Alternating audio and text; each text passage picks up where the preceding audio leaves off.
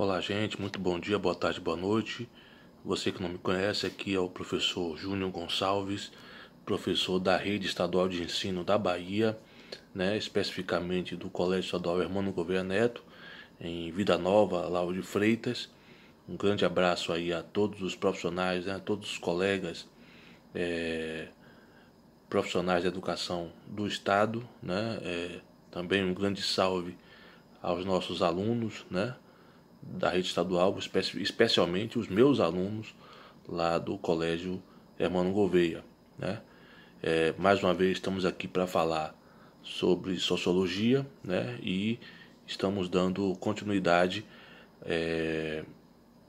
à abordagem que estamos fazendo sobre a vida e obra de Max Weber, que, conforme foi colocado em vídeos anteriores, trata-se de um dos três, ao lado de Durkheim e Karl Marx, um dos três autores clássicos dessa ciência chamada sociologia. No vídeo anterior, nós falamos aqui que se me perguntassem quais são as três grandes preocupações gerais, do estudo de Weber, podemos dizer que, em primeiro lugar, aliás, em primeiro lugar não, assim, mas seria exatamente o que? Seria a questão da religião, a questão do capitalismo e a questão do poder. Em relação à questão da religião e o capitalismo, de alguma forma a gente acabou tratando disso quando falamos sobre o livro A Ética Protestante e o Espírito do Capitalismo, que é a grande obra, a obra assim mais conhecida, de Max Weber, e alguns consideram uma das mais importantes obras do século XX, Então a gente de alguma forma tratou desses dois pontos, desses dois primeiros pontos, a questão da religião e do capitalismo. Ficou faltando falar sobre o poder. E aí, eis que estamos nesse momento justamente para poder tratar da questão do poder. De que forma Max Weber vai estar concebendo, a questão do poder. Bom, para falar da concepção de para falar da concepção de Weber sobre o poder, eu vou mencionar nesse momento uma conferência que ele proferiu exatamente em 1919, na Universidade de Munique, na Alemanha, onde ele fala exatamente do tema da política como vocação, que vai acabar rendendo a produção de um ensaio, sobre o tema, intitulado exatamente Política como Vocação, e ter como ponto central, o conceito de Estado, a ideia o que é o Estado, Então a política como manifestação e exercício do poder, digamos assim, acaba desembocando na concepção do que chamamos de Estado e da legitimação das formas de dominação, Bom, nesse sentido, Weber começa a fazer as seguintes considerações, sobre o Estado. Weber vai dizer que ele tem várias atribuições, O Estado faz várias coisas, O Estado cobra impostos, o Estado tem poder de polícia, o Estado baixa leis, O Estado se liga a uma ideia de nação, Isso para citar as características mais conhecidas, acerca do Estado, Entretanto, se o Estado faz várias coisas, qual dessas coisas somente o Estado faz, Ou seja, se quisermos definir o Estado, qual dessas características é específica do Estado, Só o Estado tem. Esse é o ponto, ok? E aí Weber vai fazer a definição clássica do Estado, na visão dele, onde ele vai dizer que o Estado é o detentor do monopólio da violência, Ou seja, só o Estado tem a exclusividade, o Estado detém a exclusividade do direito do exercício da violência, O Estado é o único que pode cometer a violência de forma legítima, né? Pela sua polícia, pelo seu sistema prisional, né? Pelas suas leis, enfim. O Estado é a fonte do direito da violência, né? Então, se um policial tem o poder legítimo de prender alguém, né? Esse poder, né? Emanou exatamente do Estado. Então, isso é a definição do Estado na visão de Max Weber, né? Então, se o Estado perde esse monopólio, né? O monopólio da violência, ou seja, se outro grupo, né? Ou se outras pessoas também passam a exercer de forma legítima, né? O direito o direito de exercer a violência, o que é que vai acabar acontecendo? O que é que vai acabar acontecendo? A gente vai acabar aniquilando o Estado e instaurando dessa forma o que se convencionou a chamar de anarquia, né? A anarquia é exatamente quando o Estado perde esse monopólio da violência, né? Então, a definição de Weber é exatamente essa, né? O Estado é uma relação de dominação do homem pelo homem, né? Baseada pelo monopólio da violência, né? Bom, se é assim, então se eu tenho uma comunidade, uma região, uma região onde o Estado não entra, né? Se eu tenho uma comunidade onde o Estado não entra, né?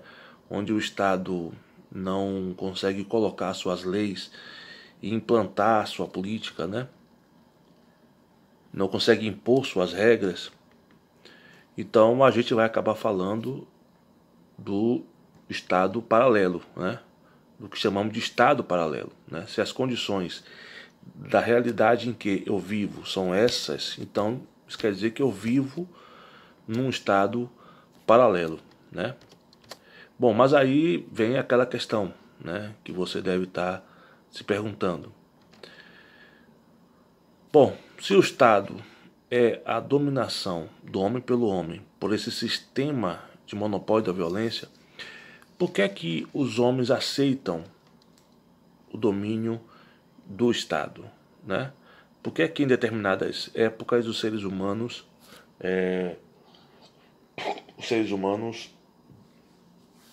aceitaram o domínio de uma monarquia autoritária, absolutista, de um Estado teocrático? Por que é que os homens aceitaram isso, né? Ou seja, o que é que legitima na visão dos seres humanos vivos a existência desse Estado, né? E aí o Weber vai falar, ainda na metodologia dos tipos ideais, né, que nós falamos, né, em vídeos anteriores, de 3 tipos de legitimação do poder do Estado, né? Ou 3 formas diferentes, né, de legitimação da dominação, de modo geral, né? Então, primeiramente, temos o poder tradicional. São 3 tipos de dominação: a dominação tradicional, a dominação carismática, né, e a dominação racional legal. Então, primeiramente, o poder tradicional, a dominação tradicional. O que é que seria o poder tradicional? Seria quando as pessoas se submetem a um Estado, né, a um poder, né, aceitam esse monopólio da violência, né, do Estado, por uma questão de costume, né? Seria o caso, por exemplo, de um Estado patriarcal, né, uma família que sempre governou, né, e que, se é assim, eu vou acabar aceitando a dominação exercida por essa família, né?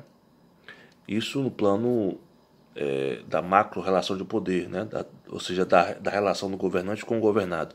Se você colocar isso no plano das pequenas relações sociais, podemos citar o exemplo da dominação exercida pelos pais em relação aos filhos, né? Então, assim, quando criança, eu me submetia à dominação do meu pai, né? Eu obedecia ao meu pai. Do mesmo modo, meu filho me obedece, né? E aí o meu neto vai obedecer meu filho, ou seja, geração em geração, o costume, né? Então a, a, é o poder tradicional, né? É o poder tradicional, a dominação tradicional. Então esse é o primeiro tipo. Bom, qual seria a segunda forma de legitimação, né, da dominação? Aí nós temos o poder carismático, né? Então eu obedeço esse Estado não por conta da tradição, né, como foi, né, no poder tradicional, não por conta das leis, mas por conta do carisma desse líder, né? Esse carisma pode ser exercido de várias formas, né? Ele pode ser um líder demagogo, né, que fala bem, né, que convence pelas palavras. Ele pode ser um líder mágico, né, como no Egito Antigo, né, quando o faraó se dizia um deus, né, ou alguém que tem contato com Deus, né. O direito divino, por exemplo, que existia, ou que dizia que existia na Idade Moderna, quando acreditava-se que era Deus quem escolhia os reis, né, que legitimava os reis, né, que abençoava os reis. Ou seja, a dominação carismática, né, que é o que tem a ver com o carisma, ou seja, as características pessoais daquele líder, né, que faz com que eu admire ele, né, e passe a segui-lo, né. Então, essa característica pessoal do líder, né, acaba produzindo, né, uma certa admiração, né, por parte das pessoas. E isso é o bastante para fazer com que as pessoas passem a segui-lo. Ou também aquela mesma característica pessoal, né, que cativa muitas pessoas, pode também ser motivo de ódio, né? Geralmente o líder carismático, ele traz para si, né, ele atrai para si tanto o sentimento de admiração, de paixão, né, no sentido de gostar muito, como também atrai para si o ódio, né, de muita gente, né? Então, é a dominação carismática, né? Então essa é a segunda forma de legitimação do poder, né? A primeira forma foi o poder tradicional, né? O poder é legitimado pela tradição, pelo costume. A segunda forma, o carisma, né? O poder é legitimado pelo carisma, né? Pela característica pessoal do líder que faz com que as pessoas passem a segui-lo. A terceira forma de legitimação da dominação, né, é o poder legal, né, ou melhor dizendo, é o poder racional legal, né. Então, na visão de Weber, alguns estados são obedecidos por conta das leis, né. Seria teoricamente o que fundamenta o Estado democrático, né. Eu obedeço esse Estado por conta das leis que são feitas por representantes eleitos por mim, né? Então, se você for fazer um paralelo entre a dominação carismática e a dominação racional legal, então assim, eu sou professor e eu obedeço à minha diretora lá da escola. Por quê? Por conta das características pessoais dela? Não. É por conta do cargo que ela exerce, que é o cargo de diretora da escola, né? Então, o regimento escolar, o estatuto, a Constituição, né, enfim, as leis que estão acima de mim e também dela, faz com que eu precise obedecer a essa pessoa que está ocupando aquele cargo. Então, se eu obedeço a pessoa por conta do cargo em que ela ocupa, né, então e isso é balizado, né, pela questão da legislação, do estatuto, né, do regramento. Então nós temos aí uma dominação racional legal. Agora, se eu obedeço a pessoa por conta das características pessoais daquela pessoa, né, aí é a dominação carismática, ok? Então, dominação tradicional, dominação carismática e a dominação racional legal, que inclusive esse tipo de dominação vai acabar lastreando, né, a questão da burocracia, né, que também vai ser um tema, né, caro, né, bastante estudado, né, por Weber, né, e que nós vamos falar isso né, no momento oportuno, né? Então, assim, à parte essas três formas de legitimação da dominação, à parte isso, existem outras formas também de justificar a obediência, né? E aí já tem a ver com o funcionalismo público, né? Então eu obedeço ao meu chefe, né? Eu obedeço ao Estado, né? Já que eu sou alguém, né, que está no funcionalismo público, eu obedeço por conta da retribuição material que eu recebo, né? No caso, o salário, né? Então isso é uma forma de legitimar, né, a dominação exercida sobre mim, né? Então eu obedeço por conta da retribuição material, que é o salário. Uma outra forma de legitimar essa dominação que o Estado exerce sobre mim, né? Eu que sou funcionário, né? Eu que estou no funcionalismo público, é justamente o prestígio social, né? Que eu vou gozar, né? Que é o que acontecia, por exemplo, com o Brasil do Segundo Império, onde o imperador concedia títulos de nobreza, né? Então eu obedeço porque eu não quero perder o meu prestígio, né?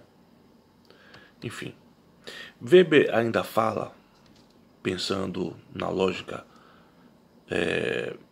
que fundamenta, né, o Estado na administração, que existem duas formas de administração, né? Uma primeira,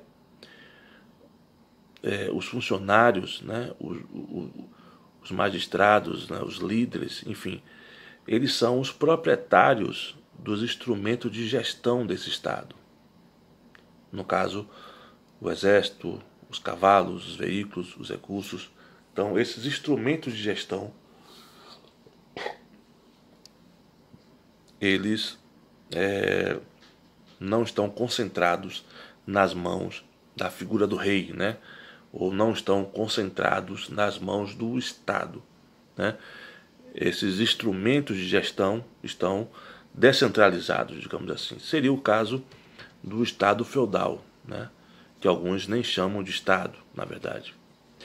Então você até tem um rei, né? Mas o exército, por exemplo, que seria um desses instrumentos de gestão, o exército está dividido entre os senhores feudais, né? Então, se o rei, por exemplo, quiser promover uma guerra, né, ele vai ter que convocar os senhores feudais para que eles possam convocar o exército, né? Então, veja que no feudalismo, na sua forma clássica, não está nas mãos do rei, né, o aparato administrativo do Estado, né? Esse aparato administrativo está dividido entre os senhores locais, né? Então essa é uma primeira forma, né, de administração, né, que é muito característico, né, do período do feudalismo. A segunda forma de administração é quando os meios de gestão, quer dizer, os instrumentos de gestão, estão concentrados, né, nas mãos do próprio Estado, né? Então, na Idade Moderna, é quando surge essa forma de administração, né? A figura do rei expropria, né? Acaba expropriando os poderes dependentes, né? E então o rei centraliza o exército, né? Centraliza, né, os veículos, né, enfim, os recursos, os instrumentos de gestão, né? Então, se os recursos, por exemplo, se os impostos estavam nas mãos dos senhores locais, né? Então, na formação dos estados modernos, isso vai se centralizar nas mãos do rei, né? Nas mãos do Estado. É assim que se forma o Estado moderno, né? E de alguma forma é assim que ainda é hoje, né? Só que claro que sem a figura do monarca absolutista, né? Mesmo em países que têm monarquia, como é o caso, por exemplo, da Inglaterra, o que você tem geralmente é uma monarquia parlamentar, né? No nosso caso, no caso do Brasil, né? Nós que somos uma república, mas que já fomos também monarquia, né? Porque tinha imperador, tudo isso, mas somos uma república. No nosso caso, somos uma república, somos uma democracia, mas é o Estado que, por exemplo, tem o monopólio dos impostos e de todos os recursos que necessita para administrar, ok? Então, nós, por mais que estejamos dentro de um Estado democrático, né, o Estado sempre concentra em suas mãos os recursos e os poderes, ok? Bom, dando uma opinião pessoal, eu acho que tem que ser assim mesmo. Por quê? Assim, em períodos de crise, né, como foi, por exemplo, a depressão americana, né, da economia norte-americana, com a queda da Bolsa de Nova York, em 1929, né, foi o Estado quem reergueu a economia norte-americana, né, não foram as empresas. No mundo pós-guerras, né, foi o chamado welfare state, né, o estado de bem-estar social, quem salvou as nações europeias, né? E agora mesmo, no caso, agora com a pandemia do corona, né, trazendo um pouco para o caso brasileiro, né, certamente não serão as empresas que vão segurar a nossa onda, né? Então só teremos economia para salvar se os trabalhadores estiverem vivos ainda, né? O Estado precisa nesse momento, o Estado brasileiro precisa nesse momento, já que ele concentra, né, os impostos oriundos da produção da riqueza, o Estado brasileiro precisa cumprir seu papel, né, e prestar a devida seguridade, né, aos trabalhadores mais vulneráveis, né, para que eles possam ficar em casa, né, para que não obstruam o sistema de saúde pública, né, e com isso todos nós, ainda vivos, né, poderemos com certeza salvar a economia, né. Tudo que a gente menos precisa é que o Estado brasileiro feche os olhos para a realidade e resolva ignorar os fatos, né.